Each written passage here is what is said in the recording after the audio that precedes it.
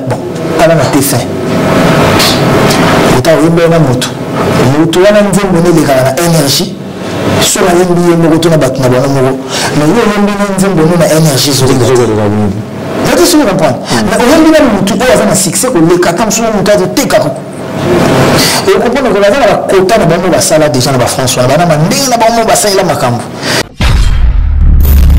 internet qui est trace Rolex et sous musique n'était Black pareil David Mansour a résilié le contrat à moins que yo dans le monde mususu au moins on a tout moi quand je fais une chanson je relate tout moi je me ramène sur ma feignon sur les ya mineni les aki na lisolo les aki ko frapper pena aux en cap aux en détention aux en débat na garde à vue wana aux autres kana ke ba bio trace Rolex sur bio noté que le pire petit la vie nae akoma ennemi erreur isu ya batu yango wana tant na zoe manzembo tozo lobape tozo pesa pe na ba conseil tozo lobape na ba fait naturel la bi ba mérite pe ba bien fait à moto et moi héritier manzembo nazo de l'héritier nazo ba vie normale.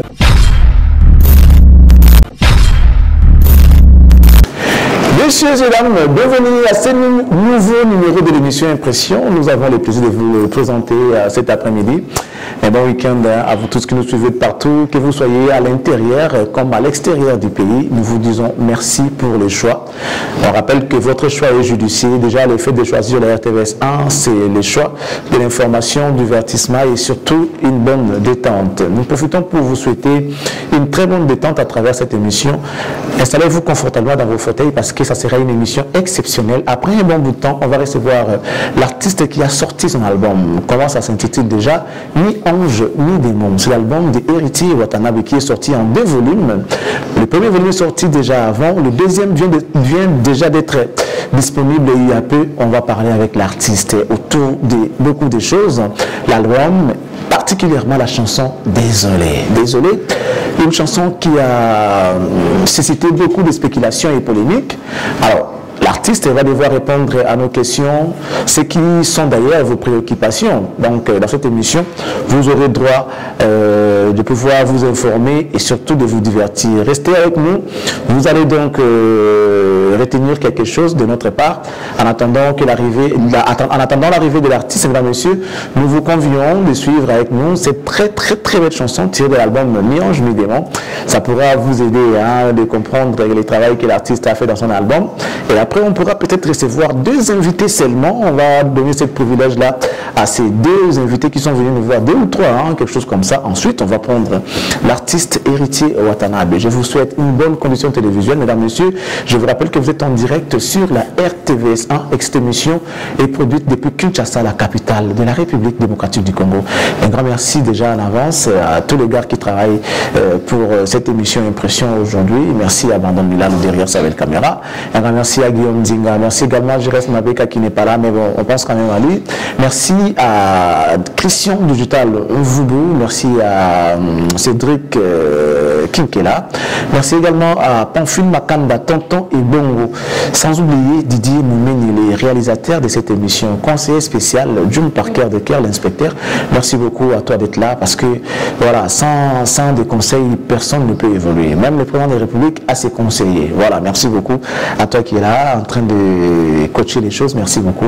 Et merci également à vous tous qui allez suivre cette émission du début à la fin. Nous pensons à vous. Pour l'instant, mesdames, messieurs, suivez cet extrait. On va se retrouver dans un court instant. Et enfin là, malgré tout ce qu'il a connu en cours de route, les difficultés, les embouteillages, vous connaissez très bien Kinshasa, enfin, il s'est démerdé pour arriver ici et cela ne peut que nous réjouir et nous faire plaisir. Surtout qu'on avait promis qu'on devait avoir l'artiste Héritier Watanabe, la Pulga Cosa Nostra Montonatembe, comme on l'avait annoncé tout à l'heure. Enfin, il est là. En tout cas, nous, on tient réellement à le remercier parce que sinon, si c'était moi, j'allais tourner et rentrer chez moi. Franchement, avec tout ce qu'il a connu en route, et moi, j'allais rentrer. Mais lui, il est arrivé. Voilà pourquoi tu vois. Vraiment, mon Héritier. Bonjour. Ouais, bonjour. Très heureux. Prince, ça va, Charlie va Prince. Oui, et ça, il me fait c'est moi. Ouais, sur la bouteillage, vous n'avez pas finalement, comme quand même, on ne peut que se diviser. Je suis déjà content et on partage le plateau Nao, hier TVS, avec un monde entier à la Bissau. Tout à fait. Vraiment, s'il faut être sincère, je m'excuse. Je m'excuse, il y a retard nanga. c'est justifié, nous on voilà, parce que l'élo, au moins le 8 mars, est tombé dans Kolwezi. Tout à fait. Donc, on a rendez-vous avec maman Moro ya Tchangou. On a veuve ya Tchangou, na orphelin. Et le jour, il y a souk à la cour, on a bango l'élo. Donc, programme est midi 30. Mais le temps là, le mois Tchangou, pour na kuma awa, on décide que on a retard. Vraiment, je veux sincèrement m'excuser et m'excuser au prix à battu sur la chaîne. Surtout les téléspectateurs. Et peut-être qu'il y a impatient, franchement. Donc, téléspectateurs, et pourquoi pas eux. Donc, voilà. C'est très gentil. Merci de nous honorer parce qu'on avait vraiment, depuis la semaine passée, on avait annoncé qu'on allait recevoir un artiste qui n'est pas moindre, et surtout quand il s'agit d'héritier Watanabe, tout le monde est mobilisé, basé à Olobani, tout ça, et surtout que l'album est sur le marché. Mi-Ange, Mi-Démon, on avait déjà les premiers volumes, Mi-Ange, déjà, tout ça, vrai qu'il va dire après Mi-Démon et Olanda Sima, c'est un même album, hein, il ne faut pas confondre. C'est le seul album qui a contenu 2 volumes. Volume 1 était déjà sorti, deuxième volume était venu après, et ça nous fait plaisir. On est en train de consommer cet album-là. Les gens commencent à découvrir des chansons, comme tout à l'heure, vient de suivre la chanson qui a été dédiée à la chère épouse de M. Ted Tenga et Mme Raquel Fouta. Donc Rachel Fouta comme Raquel, comme aime le dire son mari, Raquel. Une très belle chanson. Mais héritier, retour par rapport à l'album. Oui, bah, retour très positif, très positif, malgré Nazagité. Il faut dire que l'album est le 18 décembre. On a eu début mars. Donc on a salarié depuis novembre on a quinté. Bon, avant on a quinté vite fait, après on a zone de sous. Tu sais Nassi ça, l'album nous se bima. La lignalité n'a mis ange. Na yekin après on a banda rose la mi des mots à partir à kin pour na kin des sous na bitananga na sala d'une pierre deux coups. Je suis le bon. Donc voilà. Et la vandaki, la patiente qui pinza. Et tant qu'on met des mots bini. Donc après 4 jours, je pense, la zone est qui dans Kinshasa pour la promotion. Et là, a toujours préparé un point de presse. Ça a formé les grands journaux, il y a TF1, il y a Canal+, pardon. Donc on a la boule émission et le mois bon pour que ça et après ça, on a la boule la présentation d'album. Présentation d'album Nabiso. Tout ça, on a boule au salon entre Béatrice Hôtel, Tana, To Showbiz. Ouais, c'est non, c'est ceux qui gouvernement Bimi. Tant que couvre-feu et lever mesures au couvre-feu. On espère vraiment parce que les musiciens toujours souffrir danger. Comment s'en sortir? Bon, la société est quota jabalar. Donc la société nous soit l'état bon déjà quota. À taper bon quotité l'état au foot à Bajan. Donc bah biso tout vivre à Mikolo na Mukolo. Donc ils ont moi passé qu'on s'en sortir dans Marambo. J'espère que le président Sofachi a retenu la cannabis parce que on a un message naïe à tant que le président ça UA et Union africaine. Qui est basé beaucoup plus sur la culture. Et je pense que dans ma cambo, tout le monde il y a bien.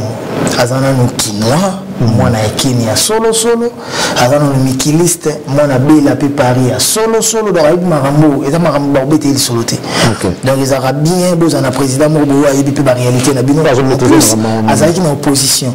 Donc en opposition, déjà, il y a plein Morbo, il y a la revendication pour la membre culture, pour la membre politique, pour la membre militaire, pour la membre judiciaire, social, et voilà, économique.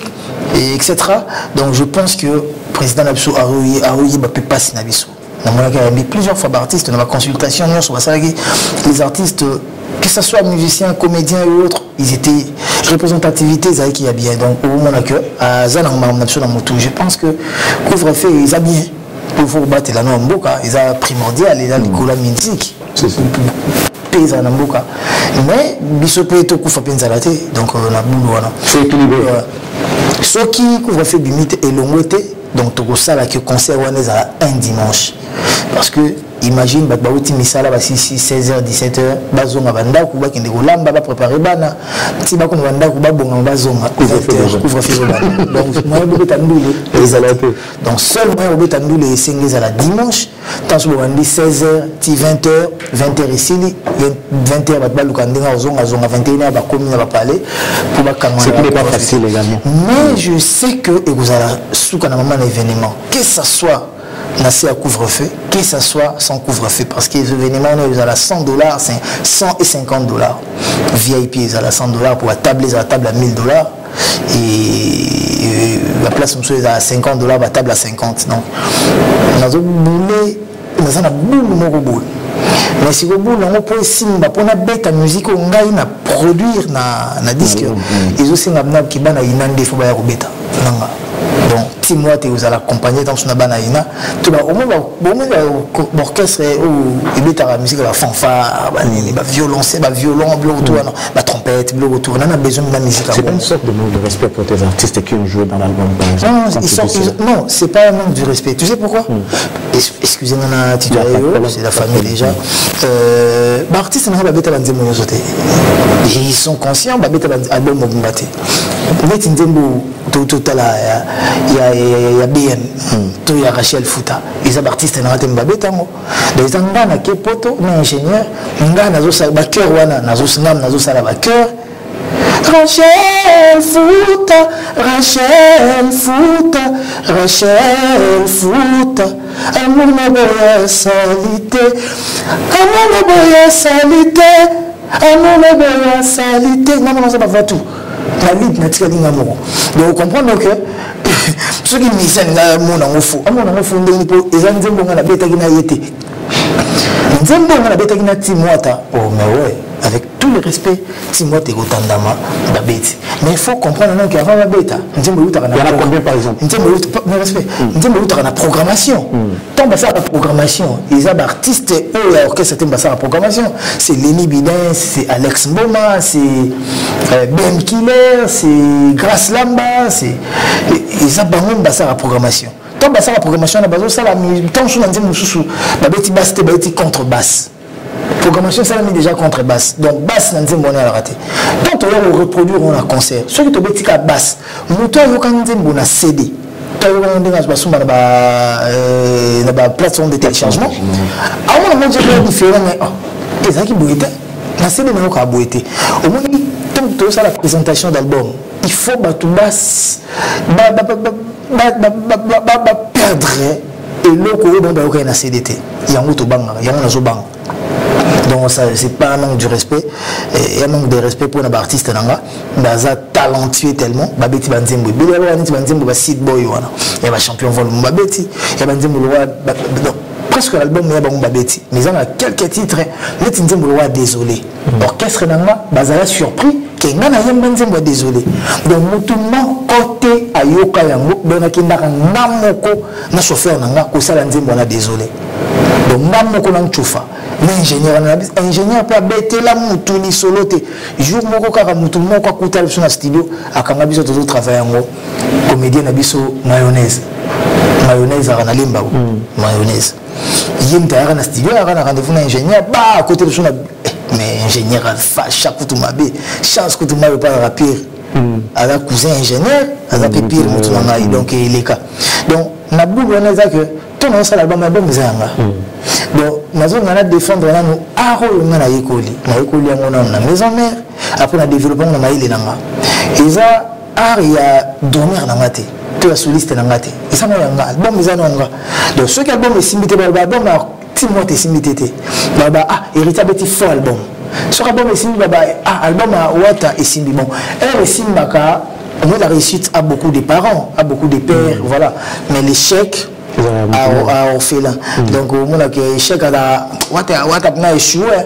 Donc voilà dans ce sens-là. Mais à la lumière des choses, Wata, on a évité 2 ans, 10 ans, tout à 2 ans, 5 ans. On dirait l'optique, en fait, d'une manière générale, l'optique à la minimum, on libère. On la carrière, on a showcase, on dirait vous ne faites plus participer l'artiste, on a besoin de Mais évitez, à la limite, voir les choses. Comment voyez-vous la musique congolaise? Non, mais ce que je suis à le roi des forêts témoignage, au moins, il y a un petit mon choix, je vais t'avoir, il m'a connu, il s'est couiné, le roi de la forêt, au moins, je vais intervenir. Et ça va longtemps, les albums orchestre étaient, il faut les albums, ils ont gagné Teka. Mais les albums orchestre, au banc, musicien, ils ont mis en valeur, Tché Banzembo, tout.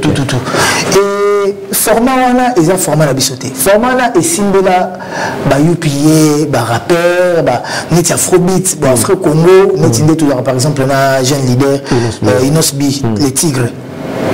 Il y a une musique qui a été à cause de 4 danseuses à Betty, on a maîtrise la boîte de nuit. On a maîtrise de la showcase, playback.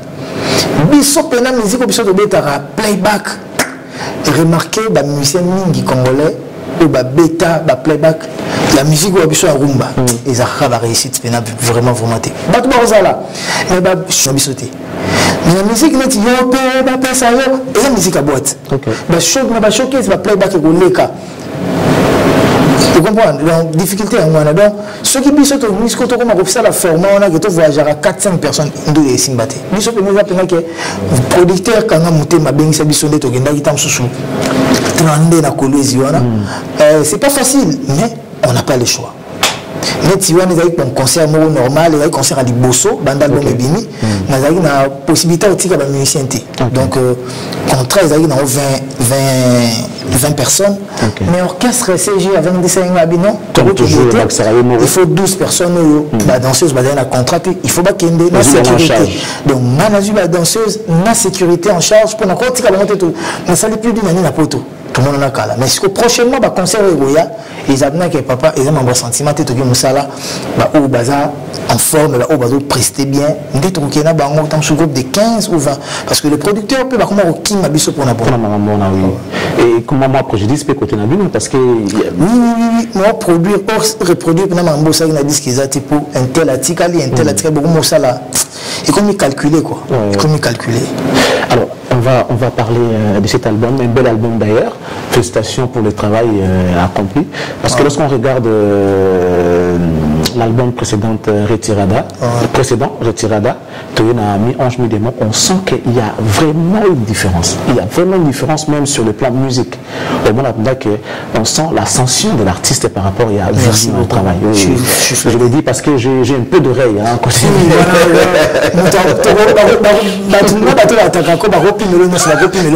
Oui, ça c'est vrai. Merci. J'ai senti. Et c'est ma penza. Sous le territoire, on a noté, mais héritier à lundi, héritier à mercredi, monté. De ce côté-là, bravo. Merci. Il y a un moto na tembe. Au moins, si vous moto na tembe, na yangwana. Oh, bah, tu vas me dire, ma croix, cause, bah, comprenant, pendant des années, des années. Moi, quand je parle de moto na tembe, c'est quelqu'un qui relève des défis. Mon tabac défi.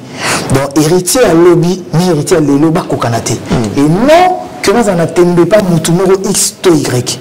La philosophie de la bonne montée. La philosophie de départ est déjà bon. Et ça déjà comme on tape ça dans le roi de la forêt, bande tout le monde maison mère depuis cal.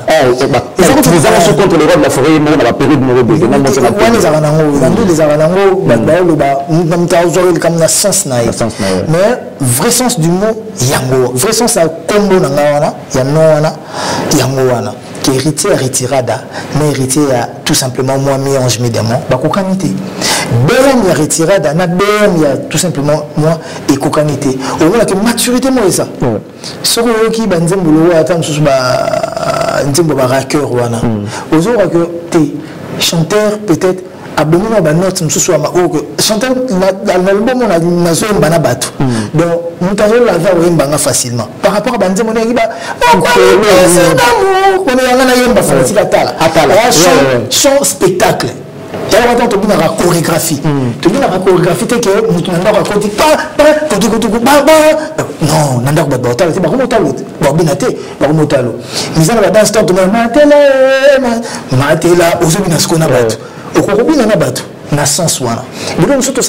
démonstration.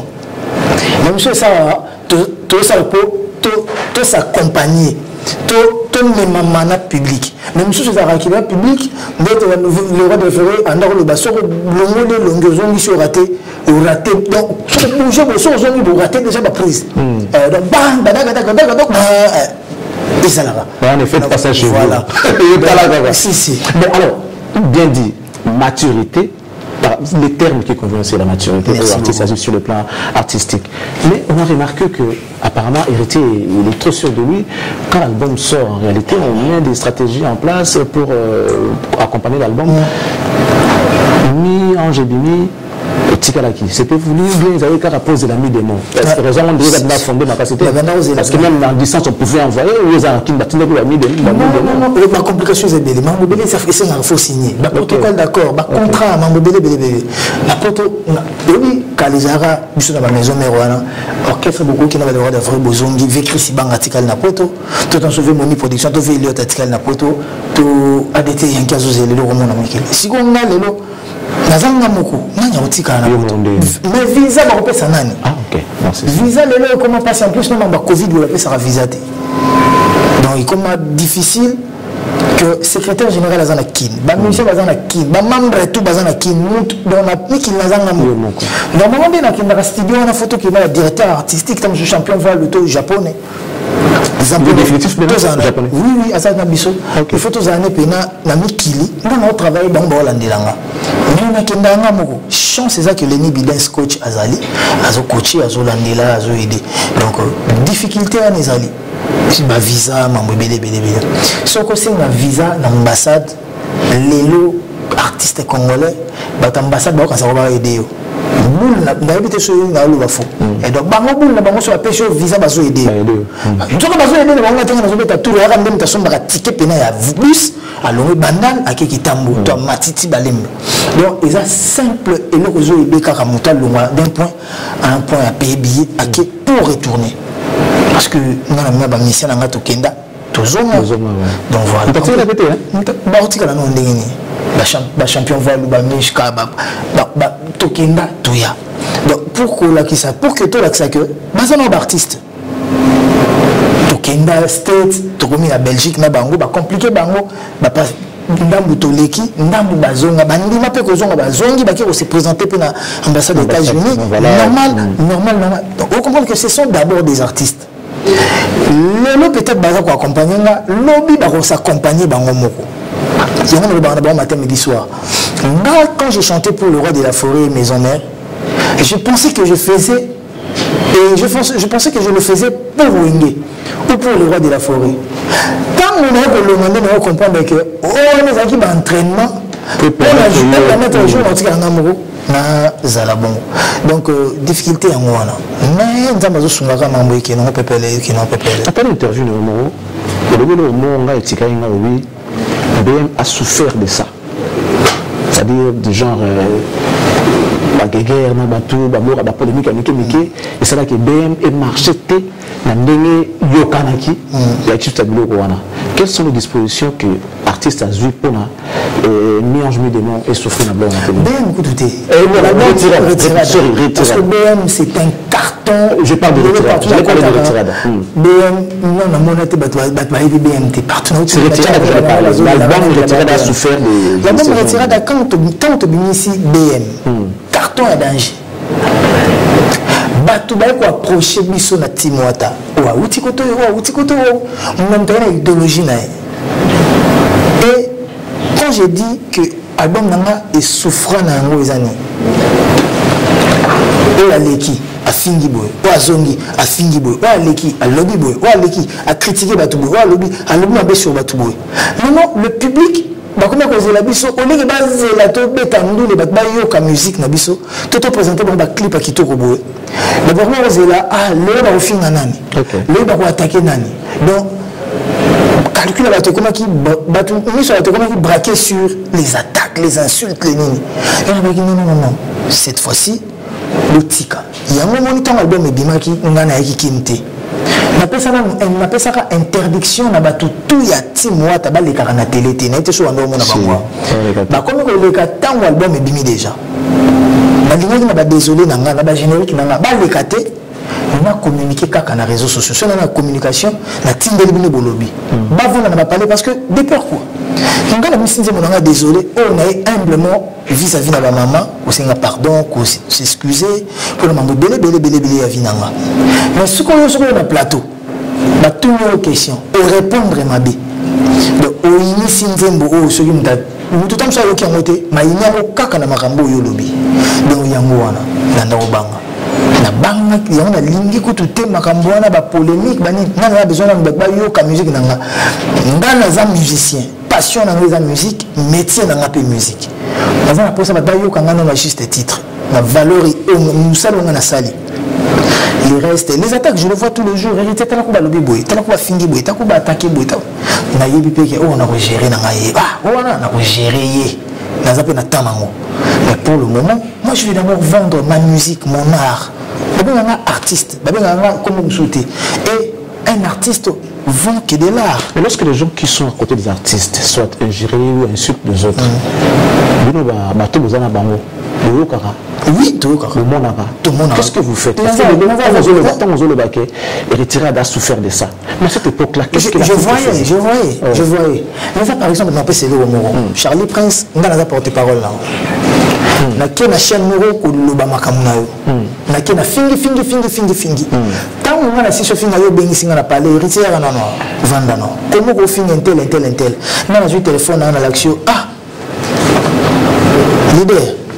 Tala ou aller tala mutu na bango pa leka na TV tala mambalo ba na yo yo motali niveau la vacuum niveau finga kyo et tout comme on va justifier que c'est normal la fin il y a pas fingi kuna pour défendre nga mais tu comprends pour ceux qui la finga ngate il y a peut être ça va finga te donc il y a abandonné la raison pour ba finga yipenga donc comme on va dire ce que soit na attaquer mutu na ngeza rwanda na komi ko bamba mutu na nga attaquaki or mutu wana batuli bazo finga. Imagine Lélo, donc on a coûté un an, on a pu choisir, on a pu faire défendre le cannabis. Et là, on a que raison pour que nous avons valable, il y a une vidéo qui dit comment on doit rouler babou. Si vous avez attaqué Moutou, on a attaqué Moutou, on a sous ils ont été là, on a dit Moutou, on a dit pour défendre, pour nous protéger, on a pas finir qui paye. Or, ça il faut. Ça il faut. Donc, du coup, on a comment coincé. Mais tout le monde a dit bafinganga te tote kana no album na biso op na biso sa musique tote kana no album na biso le reste est trop occupé à mon tangango pour le moment musique ne déplique à la musique ils ont la musique donc j'en profite aussi pour dire bon week-end à Arthur Liwanda Mokeke donc Nzambaza nayo après ça fait belé pourquoi pas Nandoi nanga no latisi ya latisa rabatu leur kabia donc big up donc voilà pourquoi avoir fait des CD aujourd'hui alors que la musique est commentée en internet la CD est vraiment compliqué je me demande de produire la CD oui mais on a choisi photo ça va la CD parce que oui Lélo Namokili à vérifier on a été ceux qui étudient la chose because bakosa gina musique était comme un collègue nyonso depuis des années et le tourne disque à Kalawana et vandaka danger mo imaginer à vérifier benga mikili benga na parole na tilelo ils produisent toujours yo benga ka mikili benga bafna kana ba site en ligne à vérifier si le bateka mais on va jamais le voir ba tchana tourner disque était comme ratilelo donc le but est que ceux qui innovation bakambo non peut-être la radio cassette de na neti banado pour katanaga pour la signal moi katana mo signal baluki na bitu amba za na ko bimisi ba signal de taya mo na ça de donner les choses de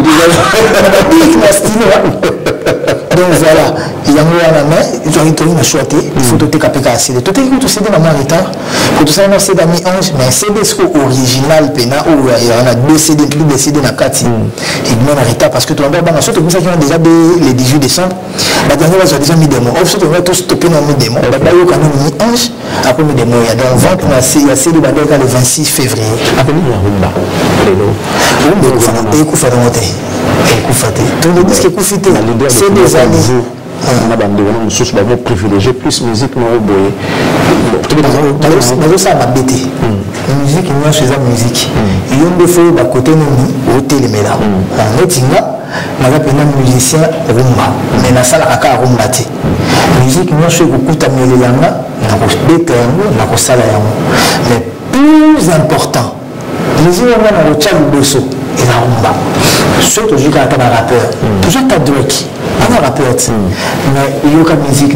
Est-ce qu'ils ont un rap? Non. Si je dis à Bariana, musique, avec une chanteuse R&B, si je ne me trompe pas. Mais si je dis musique, ils ont un R&B. Abeta la musique, nous sommes Spanish, abeta la terre, abeta nous sommes un beat de reggae. Oui, musique est ouverte. On sait tout, mais faut-il avoir l'identité na yo. Si on est à perdre l'identité na yo, à donner l'identité na yo, pour là ta identité, nous sommes comme un problème. Parce que on souffre le chauve-souris. Chauve-souris qui est là, quand on a des c'est eux à bisoter. Ils ont là-bas un peu babi, ils ont bisoter, ils ont pas pour bisoter, on n'a pas poté. Mais dans les gars, c'est que bisoter, on n'a pas poilté, tous on a mokilaté. Donc on a minuté. Donc il faut que ça ait un ou garder format de prédilection. Après, comment ça va avec sa polyvalence, la qualité artistique. En termes de business, qu'est-ce qui vous vend le plus? Parce qu'avec la musique, la musique, le business, c'est la musique. Il me faut dans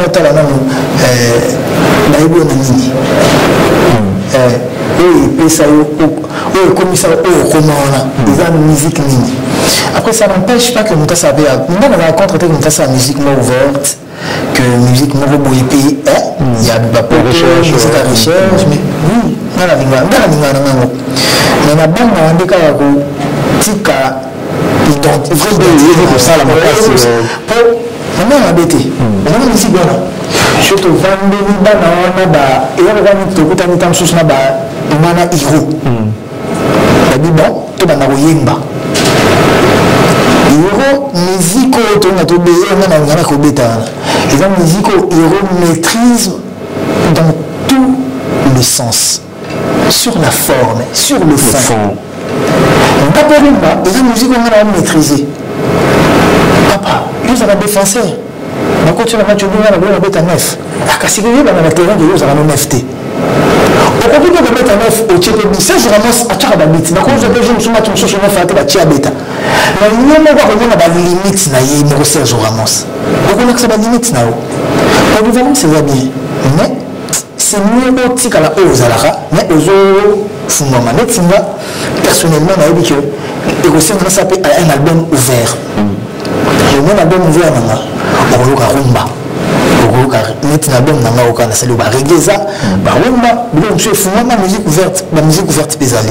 Donc moi on a bon temps sur 10 titres, mais on pour la qualité à la musique on a tiré le rumba, deux trois rumba mais à format le refrain couplé, la musique à connaître ta maramesco rumba bon.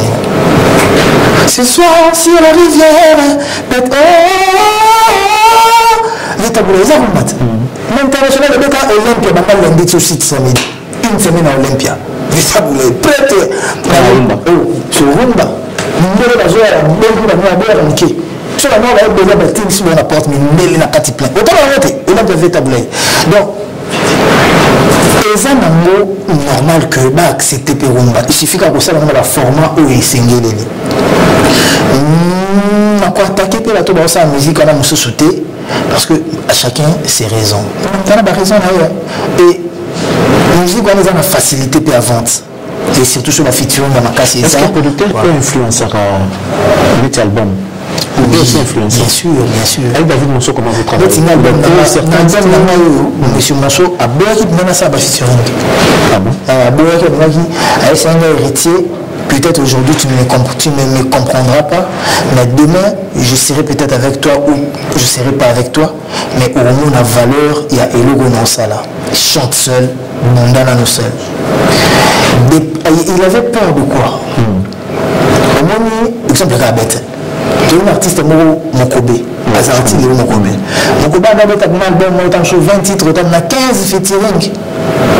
Monsieur Monso, je crois aussi, bon, ceux qui ont un concert, tout showcase. Bantim pour attendre un béton wana.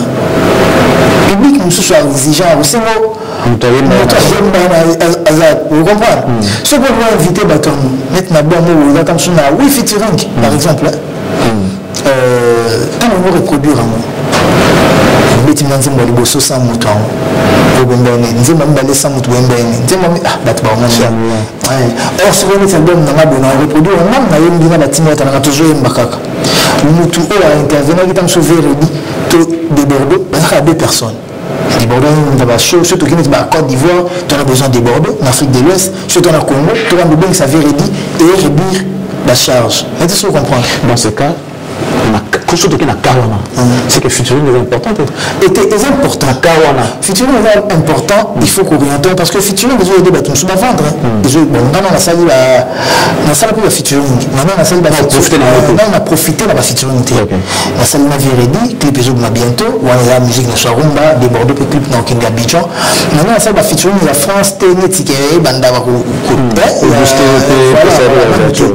si vous avez un peu de rappel, au moment où nous sommes en commun, et là, il y a salité, comme nous avons sali, on sous-estimé, on a banalisé, je veux aussi le mot comme ça. Bateau dans ça, on va gagner beaucoup pour la featuring. Mais il faut qu'on ait un ça plus c'est les belés, plus c'est ça pour étouffer le mot. Pour featuring, les amis, il y a un kilimo, bateau on a un kilimo robot. Mais ce qu'on t'a dit, featuring, on a featuring, on a au salon, tu connais pas le salon, on a la radio, on a une visibilité, on a la télé, on a une visibilité. Bon, alors on a fait fin. On a eu un moto. On a eu énergie. Sur la ligne, on a retourné à battre. Mais il y a une énergie sur les gros. Vous allez comprendre. Mais on a eu un succès, on a eu un succès, on a eu un et on comprend que la quota de la salle déjà dans la France, on a la salle là macambo. Et ça va on a kina ambeto, kuta na batumba bazala ndenge moko ndimate ke DJ na boîte de nuit azo préféré abeta d'étrangers on les kaba congolais. Mais na Liban des arrêtés. Jamais en Afrique d'ici ba kobeta ba congolais ko les kaba sud-africains. Jamais. Donc en Afrique d'ici jamais on kobeta ba nigérien. Nigérien public nini public na boîte public consomme la champagne la ligne musique public consomme la champagne je dis non plus consomme la champagne tête tenda plus consomme la champagne la bête d'achour vous quel est le moteur de consomme la champagne que les cas on a autant à comboter la c'est dire de tout que consomme la champagne mais pas tout le bisou non on va demander la baba chérie on va demander là-bas de la forêt on va demander de la bisou public nous nous va la somme la champagne public consomme la champagne la process banquier les jeunes banquiers les jeunes députés Dominique Foncier Rebecca Baïbi Joël Tamou public à moi il y a la bombe à moi la public à moi on va dans la biso donc on explique là que il y a la boîte à bon peut être ndombo musique ndombo à bon peut être un petit peu chéri à balle moulin non il dit mais quand la boîte ça me comme boîte il n'impose pas il écoute votre musique lui il vient fêter à son champagne il peut être musique mais DJ il faut orienter nous parce que Wiziki Darben ça les DJ wanata Wiziki David azana tina DJ wanate je DJ na matanga usena ngana matanga la DJ Marula ngana okini matanga la DJ Abdou to DJ la biso virus to la DJ la base belé wana bande ko na biso tout wana ce que le problème c'est to okende mais ce que la boîte ma de musique nous bonner de tam suma na soirée to dé mais David la bête répertoire David tam suma la ligne à l'université tant que vous avez beaucoup de bébés là à monter donc nous allons commencer à marambu danger t'es tant bazo rêver la show remonter ça semble la show bah c'est ben ezalite bon bah c'est ben ezalite so lingi na binate bah c'est ben ezalite banda kotal ah papa bah générique beta ma bandenge tout tenez la mikili tenez le makana bah DJ na so abike musique na so ya demander te pour na bana mo ba bourgeois bazo senga musique mo quand on internet tala ba mariage na mikili ceux qui bâtissent le Pentagone, ceux qui bâtissent la loi. Et tu as un bana poto, bakolo français, bana congolais, babota makuna, bana msous. Le niveau ba binaka ba générique wana. Ba kibu sampimpa. Tu croiras pas. On n'aura pas suffisamment de temps pour parler avec Héritier. Il y a tellement à dire. Mais ouais, je suis dispo, je peux revenir. Ouais. En tout cas, ça nous fera vraiment plaisir. Et surtout, comme toujours, Héritier, avant la sortie de l'album, il y a toujours une qui vient annoncer les couleurs de l'album. On a vu avec Retirade, BM était sorti avant, les gens à KIBM, c'était bien. Aujourd'hui, on a vu avec la chanson Désolé qui a annoncé l'album Miange Mudément, on aime bien. Mais la chanson dit Désolé. Désolé, l'artiste regrette ce qui s'est passé par rapport à la chanson et tout. Mais les paroles qui commencent la chanson, Héritier, ouais, on l'a eu. Trace a suspendu ses diffusions. Oui. David Monceau a résilié les contrats. Oui. Janine Diallo l'a désavoué. Oui. Et pourquoi? Parce que quand on le fait, et Bimaka, ton premier Zalara, ton Akangamara, c'est ce qui circulait sur Internet. Qui est tracé au Lexa et sous musique n'était, B-Black pareil, David Monceau a résilié le contrat. À moins que vous en avez un monde, au moins on a tout. Moi, quand je fais une chanson, je relate tout. Moi, je me fais une chanson qui est minée. Les gens qui ont les solos, les gens qui ont frappé Pena. Vous avez un cap, vous avez une détention, vous avez un garde à vue, vous avez un trace l'exception de l'eau. Combien on a journaux, et ça sur Internet, ils ont routine de l'eau. Prochainement, tant qu'on a tout ça, l'émission, la routine de l'eau déjà aux ans, au moins, on a bateau, au moins, on a cité la polémique, mais comment on a moto. Donc, si on attend dans ça, l'anzembo, on s'est référé dans ma réunion. Je ne vois pas seulement la forme que prend l'événement ou la chanson, mais je vois aussi le fond. Parce que vous savez, tout ça, la cause lointaine, la cause immédiate.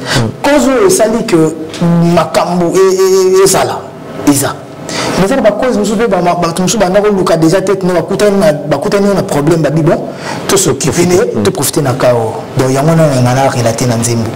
Et il y a un bout de langue. Tout le monde va critiquer comment au bandit clip, il y a un Zembo, on a pardon, désolé, mais on a fumé des cigares, on a des whisky, c'est vraiment regrettable.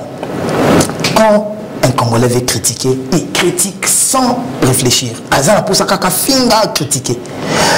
N'est-ce pas que avant une vidéo et bima, nazali na mire. N'est-ce pas qu'avant bakanganga, nazali vivre vie normale. L'histoire du clip est année. Héritier nazali est normal. Azo vivre ni na massa, bazo beta ni, bazo mela, bazo fumer. Nous avons kalikambo salama qui a yebinité. Comme ça, nous avons dit la page Koya Kolia, Wata Yébité. Nous avons entendu que nous avons dit que les Cambodgiens qui bini, batumso ba yeba déjà, ngana zana ba ya toujours fêté. Total mbila koti, mbila ko bakanga. Tant mbila ko bakanga, pasi nanga et bandeli wala. D'ailleurs, nous avons un clip de bandango bongo, une vie normale, paisible, fructueuse, et après maman bon chamboulement et basculer. Sinangé bandi, coller les bandits, milelo, ti. Mais est-ce que c'était important que tu mentionnes encore Naomi dans cette chanson? Soit disant Naomi, mère de 3 enfants, femme de... Voilà. La personne qui m'a demandé de faire cette chanson, qui m'a conseillé de faire cette chanson, qui a aussi donné quelques paroles du texte, Aïb Salama héritier, Oyo et Komélio, et comme il a rabattu et belé pour après on a battu il va tomber dans la piège on a sous si le réseau salama salama na okaka et ça fait mon naturel pour réseaux sociaux il y a mamboye ba snap ya ba erreur salama mais eloko nga personnellement na yini la que héritier et ça parce que ba ben nga yo au 8 mois si à battu donc pas si na biso ça femme mariée héritier comment on a femme mariée mère des enfants moi c'est notre député et au premier libala lelo vous comprenez ndé yango na touché pe na nzembo wana pona ko lakisa batu ke nga na zoka femme mariée batu te moi c'est député tout député wana pas existé mais ça que ton baba bomo il faut pas charger yo bana basela bana vocal mo bana moi si mo razole là libala ne bébé héritier bébé si libala na donc pourquoi ka batu on ça déjà un problème mais bazo na ba bomo lisusu de plus en plus donc yango moni na nzembo na mentiona makambo to wana parce que c'est défendre ou défendre les pardons étaient acceptés. Par exemple, je connais beaucoup de gens qui ont dit non, c'était bien, en tout cas, héritier, ce qu'il a fait, c'est beau, mais après, il se pose quand même des questions par rapport aux certaines paroles qui étaient dans cette chanson. Par exemple, Tamozoloba, que la réussite, on est les Ganaro et la Percy, mais l'échec, les Bakubinusara, on va ça, les fonds, les méga, voilà. Que le le pire petit la vie naïe à comme ennemi erreur ici ya batu yangoana tant na zoe manzembo tozo lobapé tozo pesa pe na ba conseil tozo lobapé na ba fait naturel la bi ba mérite pe ba bien fait à moto et moi héritier manzembo nazo de l'héritier nazo de la vie normale ya batu ba mérite pe ba bien fait à bateau na galerie na bango et ça va rapidement s'effacer ba échec pe ba erreur ya moto ba défaut la moto la méga pourquoi ba détruire moto non na loba et la réalité c'est une réalité que nous avons na tout que té bon le barapé ma bolamu ya ba Charlie Prince Bota la rateka que Charlie Prince a taraki wata na nini. Na bota la rappel que Charlie Prince t'a soutenir rappel wata t'a soutenir la musique. Attends, pour soutenir la vibrator. Toi déplique. Non non soutenir nga. Pour soutenir la musique à Congo. Plus musique à mutumora musique à Congo mata. Ba ko beta l'artiste congolais donc ngapé na kati. Tous les artistes congolais surtout au Dembela. Parce que l'autre est la musique tout ça la montée tout kutango dans ce sens là. Moi quand je parle de ça je parle pas seulement de moi, je parle d'une réalité auto vivre en Congo batu ba bossa na rabola ma batu facilement mais batika na mutu na moka na ba batu pour coincer les gens dans ce sens là. On ne saura pas finir avec tout ce qu'on a sur nos papiers mais bon bien monter na Congo aussi na FNAC bon na Congo na commander na FNAC batami ki ba commander la fo ko pousser ba grand acheteur ba na Kinta c'est pas la tête ndai ba za la te ba grand tête ndai za na la rebelle ma so ma mix CD aso ma CD mo bona ka na mutu mo ba so ma ga CD mo est-ce que jomo na za na 12 CD mo achimo na chambre mo na salon ayoga le ko na ko kaba c'est pas spécifique wana ndesko makamususu donc voilà donc vraiment je vous demande avec toute humilité d'acheter votre album. Votre album Labino, surtout DVD c'est très important. Pour streamer pesa bien, mais un CD vaut plusieurs centaines de streams, plusieurs dizaines de streams. Sur ce CD vous allez bien. Commande à la FNAC et je sais pas si comme il y a la FNAC à Bruxelles etc. Le bâtiment il va commander à Paris. Maman Samsung aux États-Unis va commander à Paris donc Monsieur Monceau qui voit un peu ça aussi. Pour que tout le monde soit servi. Et surtout, j'aurais besoin aussi des CD. Il y a des amis qui veulent passer des commandes pour Kim, pour qu'il va distribuer. Je verrai comment faire. Donc, ça va point de vente, mais surtout, ils ont dans la station Total. Dans la station Total, c'est supermarché aussi. Il y a quelques supermarchés. Pour que Batbas joue en gros facilement. On a musique. Quand on a la télé, on a la voiture, on a air tout et côte à rassou bien. Donc, voilà. Souci dans la main. Si moi merci na accompagnement bamasa tout les amis de Wata na pesimbo te na spiritas partout bozali na pesimbo te na beret rouge ya Wambo ya Bengela ya Kabinda et pourquoi pas ya Luanda donc ya Angola mobimba les amis de Wata ya mokili mobimba donc na lingara bino trop pour na lelo ma bangezate remerciement na fondation côté to outil Yassine Bilele ezabo na changu lelo na zali na bino ba maman vraiment merci na yoki qui passe on a souga nango batu baleli na qui passe fort donc il faut tout sungana wallahi billahi Congo photo sungana surtout batu bazana ba moyen de bossa na raba o bazangite photo yebité peut-être nano toza bien mais tant sous neve mon cousin mon éloigné azo souffrir na quoi mobo donc peut-être celui tout ça ici x y il y a biso pe mutu moko c'est abiso xy parce que na habité mutu ni azana mbongo ya kozwa charge ya famille mobimba de A à Z le biso na ba famille présidentielle to ba famille moko bobo na ministre to premier ministre mais ata bozana DG c'est que routine na ndego ayiba pas beaucoup la famille momba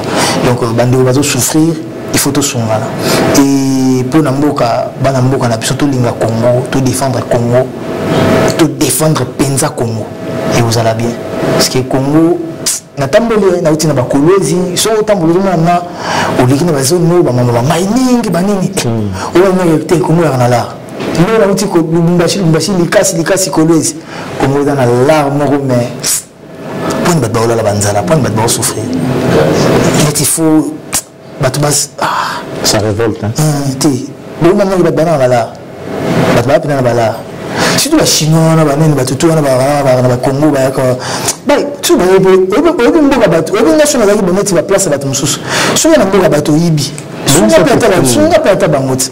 On voit ça dans Angola.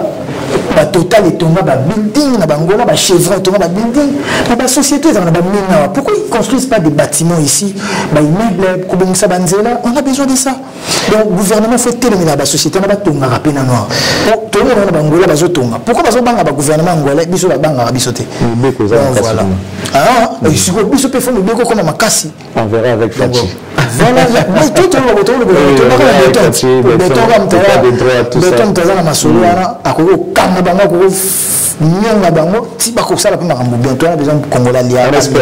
surtout les sociales. On espère bien.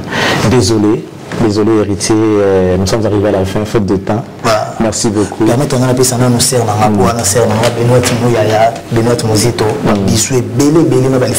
Tu vas commencer par papa quand même.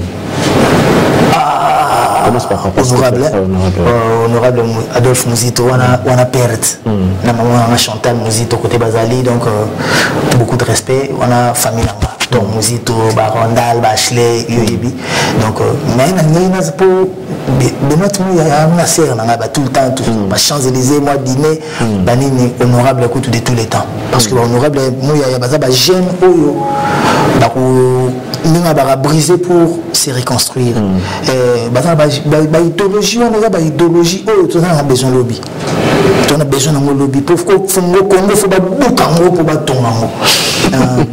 ça, j'ai dit Congo, on a Congolais. La mentalité, tout ça. Papa n'a émission sur le 20 ans avant que nous les avons raté. Kouloune et Kota. Donc, ils ont Kota Koulouna. Sur le 20 ans avant, nous avons les Arabes été. Sur le Koma, ils ont Kota Nzala. Donc, si vous avez Kota Nzala, ils ont l'idéologie de ce monde, c'est une guerre. Mais il y a l'idéologie de Kota et divisable.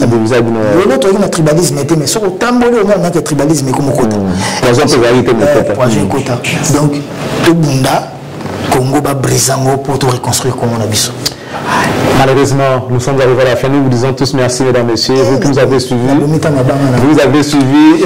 Merci beaucoup. Je dis merci à Jim Demassé, l'inspecteur. Merci à Brandon Milalou. Merci à Alain Trésor Guidinda pour cette opportunité et le temps que tu nous as accordé. Merci beaucoup à Pamphile Makanda, Tonton Ebongo. Merci Cédric Kinkela, Steve Massachi, Christian Digital Vubu, Brandon Milalou, qui s'est... il est venu en retard. Merci à Mathieu Boncho. Tout à l'heure, j'ai retrouvé Mathieu Boncho. Donc, merci beaucoup. Et merci à Jurès Mabeka aussi. Merci. Merci beaucoup à toi.